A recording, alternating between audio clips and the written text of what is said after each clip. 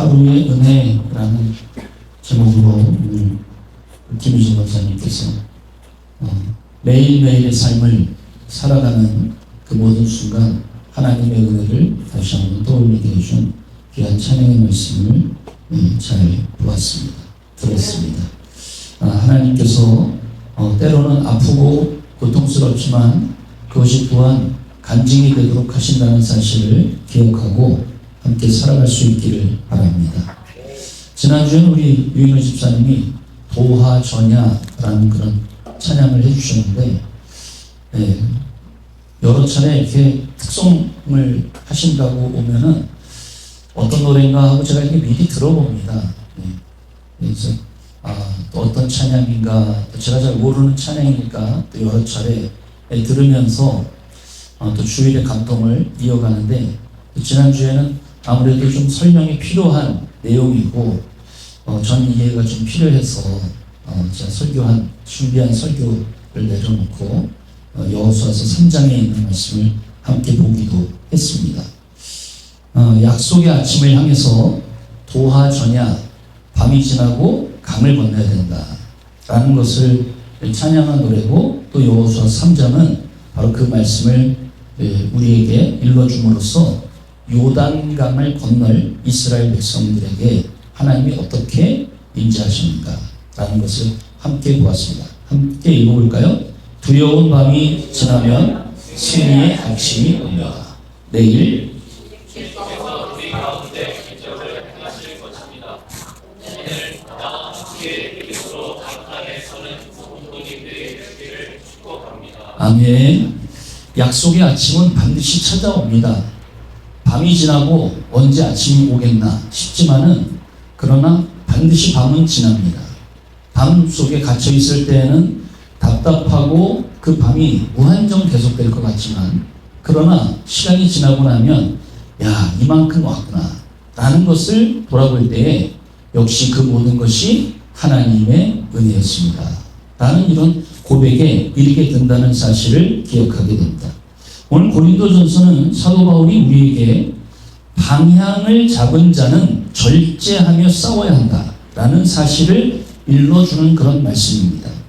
세 가지 우리에게 허락되어지는 중심적인 내용은 명확한 영적 목표를 발견했는가 라는 그런 질문으로 시작합니다.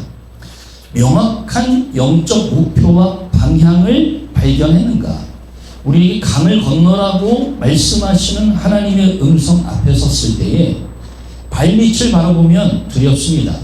적은 외부에 있는 것이 아니라 우리 안에 있기 때문에 자중질환이 일어나게 되어지는 것들, 그것은 결국 사람의 문제가 아니라 영적 싸움의 시작이라는 사실을 기억해야 됩니다. 그래서 밖에서부터 찾아오는 문제가 아니라 내 안에서부터 시작되는 근심과 염려, 그리고 그 문제를 가져오는 사람과의 관계가 우리를 더욱 힘들게 한다는 사실을 우리는 먼저 생각해야 합니다. 그리고 마침내 요단강을 건너야 되는데 물이 넘실거리는 이 요단강에 발을 담근다는 것은 쉽지 않은 일입니다. 더군다나 강 건너편에 우리를 맞서기 위해 나온 가나안 대적들을 바라보면 과연 갈 수 있겠는가 라는 두려움에 사로잡히기에 충분하죠. 그렇지만 하나님의 약속이 있음을 기억하는 사람들은 발밑도 눈앞의 강물도 강 건너의 대적도 중요한 것이 아니라 가나안 복지, 하나님의 축복의 미래가 있다라는 사실을 기억하기 때문에 당장의 자중질환도, 그리고 출렁이는 물결도, 강 건너편의 대적도 하나님이 함께 하셔서 승리하게 하신다라는 사실을 기억하게 되고, 이와 같은 믿음의 행군, 전진하게 되어지는 것입니다. 그렇기 때문에 우리는 더욱더 명확한 영적인 목표와 방향을 가져야 된다 하는 것이죠. 이러한 삶을 살아가는 그리스도인들은 치열한 삶의 현장 속에 있습니다. 강을 건너기 전에 아침 먹었을까요? 안 먹었을까요? 세수했을까요? 안 했을까요? 늦잠 자는 아이들을 빨리 깨워야 되는데 어떻게 집안에서 큰 소리 났을까요? 안 났을까요? 그렇습니다. 우리에게는 일상의 삶이 있습니다. 아무리 중요한 일을 한다고 해도 결국 이 모든 하루의 매일의 일상의 삶을 견뎌내야 중차대한 문제 앞에 서게 되는 것입니다. 우리는 중요한 일을 감당하려고 하면서 자꾸 일상적인 일을 너무 쉽게 생각하는 경향이 많습니다. 그래서 우리는 하나님의 거룩한 사람으로서 살아갈 때 우리의 삶에 주어진 인생의 책임을 감당하기 위해 삶의 현장 속에서 치열한 믿음의 싸움을 하며 살아가야 됩니다. 따라합시다. 기도하자. 말씀을 선포하자. 찬양하자. 감사하자. 할렐루야. 이것이 바로 우리가 치열한 삶 속에서 승리할 수 있는 비결입니다. 여러분 기도해야 됩니다. 문제를 놓고 기도하면 그 기도가 우리에게 해답이 될 줄로 믿습니다. 말씀을 외웠습니까? 들었습니까? 이제는 그 말씀을 여러분들의 입술로 선포하십시오. 놀라지 말라. 두려워하지 말라. 내가 너와 함께 하느니라. 말씀을 선포하는 순간 하나님이 우리와 함께 하십니다. 여러분들이 기억하고 있는 말씀들을 입술로 선포하십시오. 하늘을 향해 찬양하십시오. 세상을 바라보면 두렵습니다. 그러나 하늘을 바라보고 찬양하면 하나님의 구원하시는 손길을 경험하게 됩니다. 감사하십시오. 감사는 미리 하는 겁니다. 지나고 나서 하는 것이 아니라 앞으로 있을 미래에 대한 소망을 가지고 하는 것이 감사라는 사실을 기억해야 됩니다. 이러한 치열한 삶의 현장을 살아갈 때 우리 옆 사람을 바라보면서 전화합시다. 할렐루야. 이게 중요한 거예요. 내 믿음을 지키는 것도 중요하지만 우리는 신앙의 공동체 안에서 함께 살아가고 있다는 사실을 알아야 됩니다. 누군가는 뒤처질 수 있어요. 누군가는 더 앞장설 수 있어요. 함께 가야 합니다. 앞서가는 사람이 있으면 바삐 따라가야 됩니다. 혹시 뒤처진 사람이 있으면 빨리 붙잡아 끌어야 됩니다. 그래서 우리가 서로에 대한 관심을 가지고 서로 연결되어져 있음을 확인할 때 우리는 치열한 삶 속에서 승리할 수 있는 것입니다. 그 속에서 어떻게 자신을 절제하며 승리할 수 있겠는가라고 하는 것입니다. 승리는 한순간에 찾아오지 않습니다. 길고 지루한 시간을 견딘 다음에서야 찾아오는 것이 승리라는 사실을 알아야 됩니다. 그렇기 때문에 따릅시다. 기다리라, 사모하라, 축복하라, 섬기라. 할렐루야. 절제가 그렇게 쉬운 일이 아닙니다. 승리가 금방 다가오지 않습니다. 그러나 이 승리는 기다린 사람들에게 주어지는 하나님의 축복임을 기억해야 됩니다. 이 축복의 날을 기다리면서 우리는 우리의 삶을 통해 힘껏 섬겨야 된다. 하나님을 섬기고 이웃을 섬기고. 이제 우리는 이와 같은 세상 속에 살아갈 때 믿음의 삶을 살아가야 되는데 세상은 끊임없이 속도 경쟁 속에 살아갑니다. 너무나 빨리빨리 바뀌기 때문에 정말 따라가기가 어렵습니다.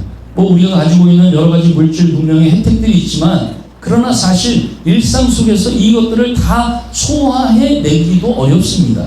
세상이 쏟아내는 물질 문명의 속도를 따라잡기에는 우리는 너무나도 현실에 안주하는 경향이 많다고 하는 것이죠. 목사로서 성도의 삶을 살아가는 우리 성도님들을 볼 때마다 정말 존경스러울 때가 많습니다. 목사님, 제가 월요일에 쉽니까 안 쉽니까? 제가 월요일에 쉴까요 안 쉴까요? 많은 분들이 월요일에 누구를 이렇게 만나거나 월요일날 만납시다, 또 월요일날 뭐 합시다 이러고 얘기하면 목사님들 월요일날 쉬시는 거 아니에요? 이러고 얘기를 해요. 그럼 제가 월요일은 공식적으로 쉬고 나머지 날은 비공식적으로 쉽니다. 매일 쉬는 거지 뭐. 그러나 사실 직장 생활하고 일상 생활을 하는 여러분들을 보면 참 목사로서 부끄러울 때가 많습니다. 성도님들은 목회자들을 이해하느라고 기도하시느라고 설교 준비하시느라고 신방하시느라고 이러면서 얘기하는데 네 그렇지만은 사실 속으로는 찔릴 때가 참 많습니다. 나를 위해서 기도하고 있지요? 나를 위해서 말씀 준비하고 있지요? 이렇게 물어보는 것 같아서 말이죠. 그러나 과연 여러분들의 일상은 어떻습니까? 정말 하루가 정신없이 흘러가지 않습니까? 바삐 아침 출근부터 시작해서 하루 종일 업무에 사람에 시달리는 일상의 삶을 살고 우리 경찰관들 보면 밤낮이 바뀌는 삶을 살지 않습니까? 일주일 동안 베트남에 가서 잘 쉬고 왔는데 우리나라랑 2시간 시차가 있거든요. 잘 먹고 잘 놀았는데도 피곤해. 2시간 시차인데도 아유 잠도 안 오잖아. 벌써 그냥 아직 시간은 9시인데 벌써 졸리지요. 뭐 아직도 깜깜한데 눈은 떠지지요. 그런 그 2시간 시차인데도 이렇게 피곤한데, 야, 이렇게 밤낮이 바뀌는 삶을 하루 이틀도 아니고 평생 살아가는 우리 경찰관들이 있다고 하는 걸 생각할 때 정말 너무나 안쓰럽기 그지없습니다.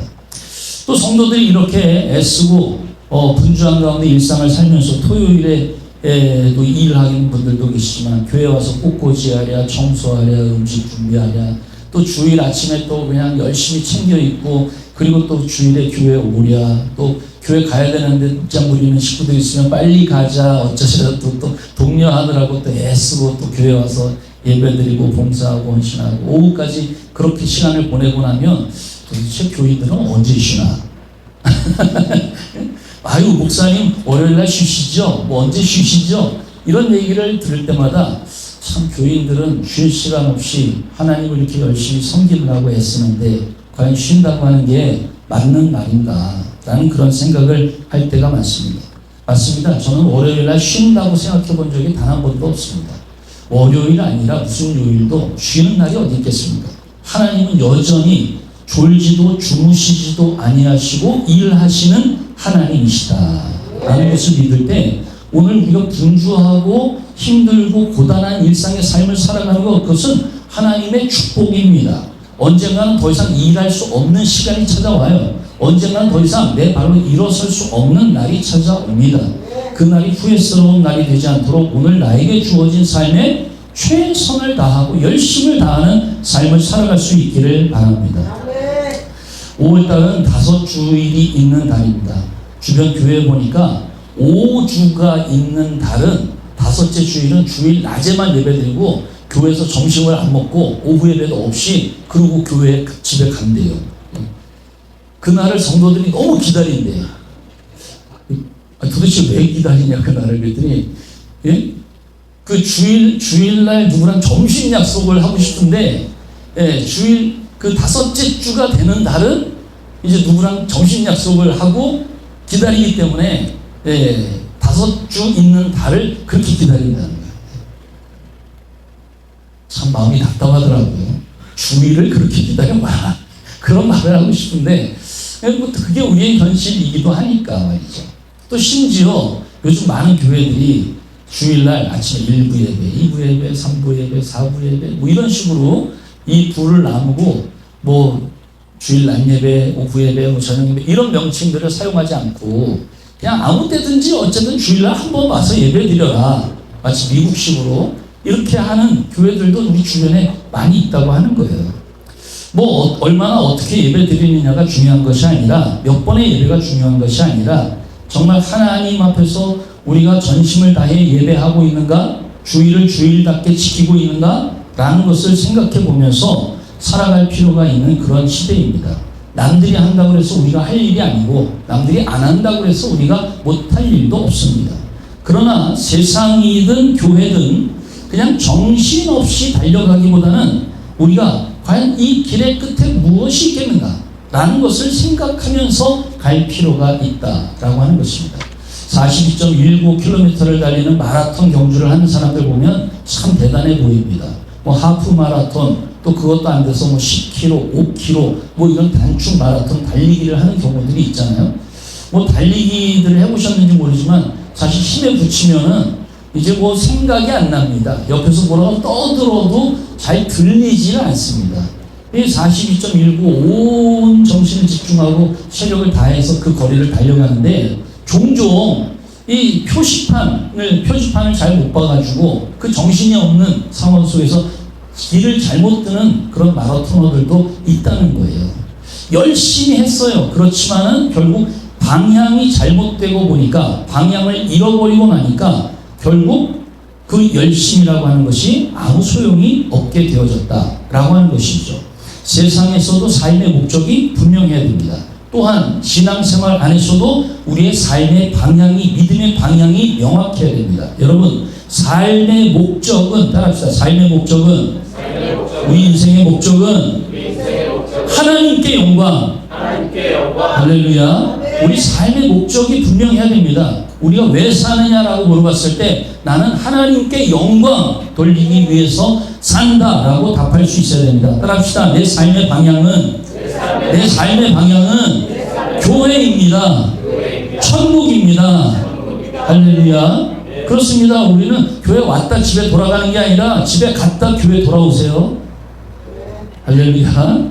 그래서 우리가 집에 갔다 세상에 나갔다 교회로 돌아오는 겁니다. 우리의 방향은 교회여야 되고 우리의 방향은 천국이어야 합니다.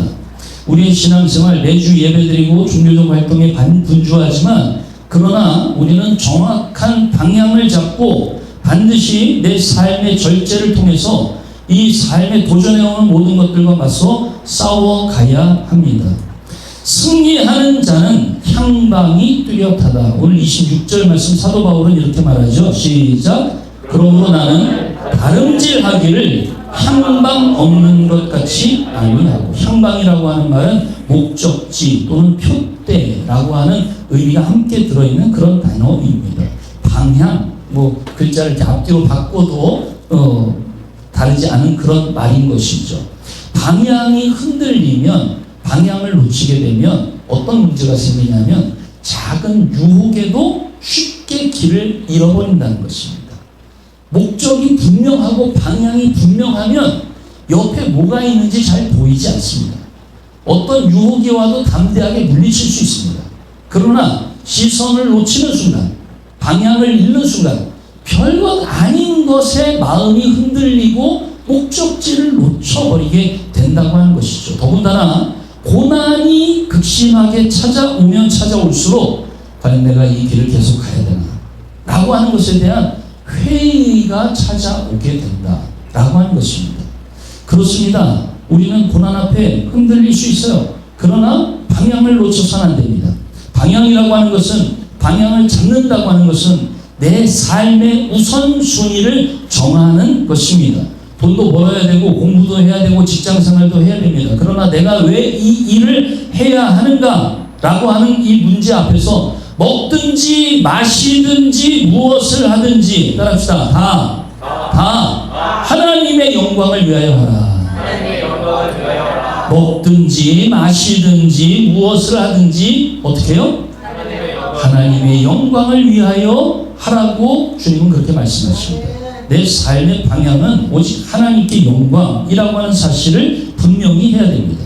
방향이 선명한 사람은 반드시 절제를 통해 목적을 이루게 된다라고 하는 것입니다. 25절 말씀 시작. 이기기를 다투는 자마다 모든 일에 절제하나니 그들은 썩을 승리자의 관을 얻고자 하되 우리는 썩지 아니할 것을 얻고자 하노라. 이 고린도서를 쓰고 있는 사도 바울의 당시에도 2년마다 그리스 전역에 선수들이 모여드는 거대한 운동 경기가 있었대요.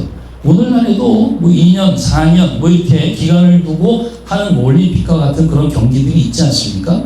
여기에 나가는 선수들은 어떻습니까? 그 대회에 나가기 위해서 먹을 것, 또 자기 취미, 자기 일상의 생활 모든 것들을 다 통제하고 오직 그 대회, 그 목표를 향해서 가지 않습니까? 결국 이 경기에서 승리하려고 하는, 우승이라고 하는 목표 방향을 정한 사람들은 결코 이 세상의 유혹에 흔들리지 않는다. 유혹에 흔들리지 않기 위해서는 바로 절제하는 삶이 필요하다라고 하는 것이죠. 세상의 유혹, 게으름을 따르고자 하는 정욕, 불필요한 욕심들, 이 모든 것들이 바로 우리가 절제해야 할 일이고, 이 모든 절제 가운데서 가장 중요한 절제는 신앙의 절제함이라는 사실을 기억해야 됩니다. 우리는 기도하는 일을 주저하지 말아야 됩니다. 찬양하기를 뒤로 미루지 않아야 됩니다. 우리의 절제함은 세상에 대한 절제함이라는 사실을 기억하고 더 가치 있고 더 영원한 것을 얻기 위해서 이 세상의 것들을 포기할 줄 아는 거룩한 선택이 있어야 하는 것입니다. 세 번째로는 허공을 치지 않는 진짜 싸움을 싸워야 합니다. 26절에 다 같이 시작. 그러므로 나는 다름질하기를 향방 없는 것 같이 아니하고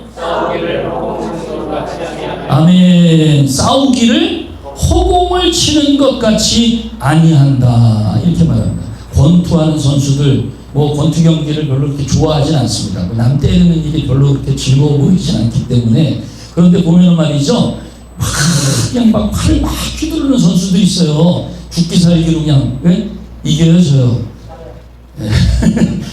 자기가 기운 딸려서 그런 거야. 그러나 정말 권투를 잘하는 선수들 보면 말이죠, 글러브를 올리고 눈을 그냥 아주 그냥 독수리 눈을 하고 딱 쳐다보고 있다가 결정적인 순간에 그렇게 정확하게 관자놀이 아니면 턱을 갖다 탁 내리치면 말이죠, 막 허우적거리던 그 많은 펀치를 날렸던 선수가 그냥 한 방에 떨어지는 그런 경우들을 보게 되죠. 그렇습니다. 얼마나 많이 휘두르냐의 문제가 아니라 얼마나 정확하게 타격하느냐라는 것을 생각해야 한다는 것이죠.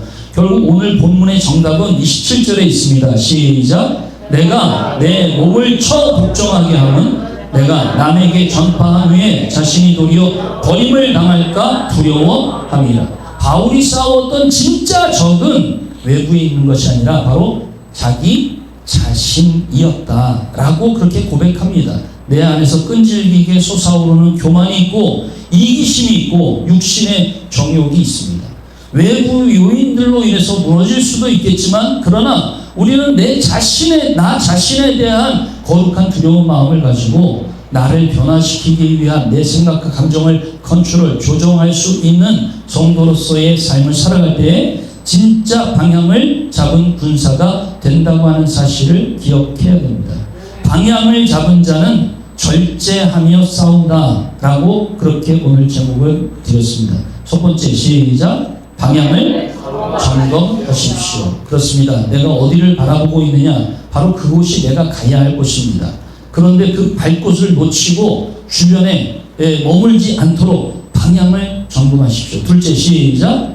거룩한 절제를 연습하십시오. 그렇습니다. 우리의 영적 경주에는 반드시 장애물이 나타나게 마련입니다.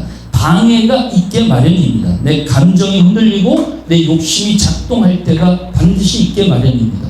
그럴 때 스스로를 제한하는 거룩한 절제가 필요하다는 것입니다. 세 번째, 시작.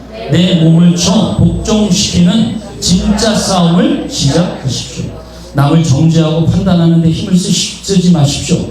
우리가 가지고 있는 에너지는 총량이 있습니다. 한계가 있습니다. 그런데 쓸모없는 일에 허비하게 되면 정작 우리가 사용해야 될 곳에 사용할 수 없습니다. 선명한 방향성을 가지고 살아간다면 우리가 정하고 목표한 그 일을 이루기 위해서 더욱더 거룩한 마음을 가지고 이 영적 싸움에 최선을 다해 가야 할 줄로 믿습니다. 당장에는 좁은 길을 걷는 것처럼 힘들고 어려울 수 있어요. 그렇지만은 반드시 가나안 복지, 영광의 면류관이 우리에게 예비되어져 있다는 사실을 기억하면서 오늘 하루도 은혜로 함께 하신 하나님, 내일도 그 은혜의 충만함을 더하실 하나님을 기억하며 살아가는 우리 모두가 되기를 축복합니다. 기도하겠습니다. 거룩하신 여호와 하나님, 영원한 목적지를 향해서 달려간다고 하면서도 세상의 일들 앞에 속절없이 무너질 때가 너무나도 많았습니다. 이제는 방향을 잡고 세상에 썩어질 것을 쫓지 아니하며 영원한 하나님의 나라를 향해 거침없이 달려갈 수 있게 하여 주옵소서.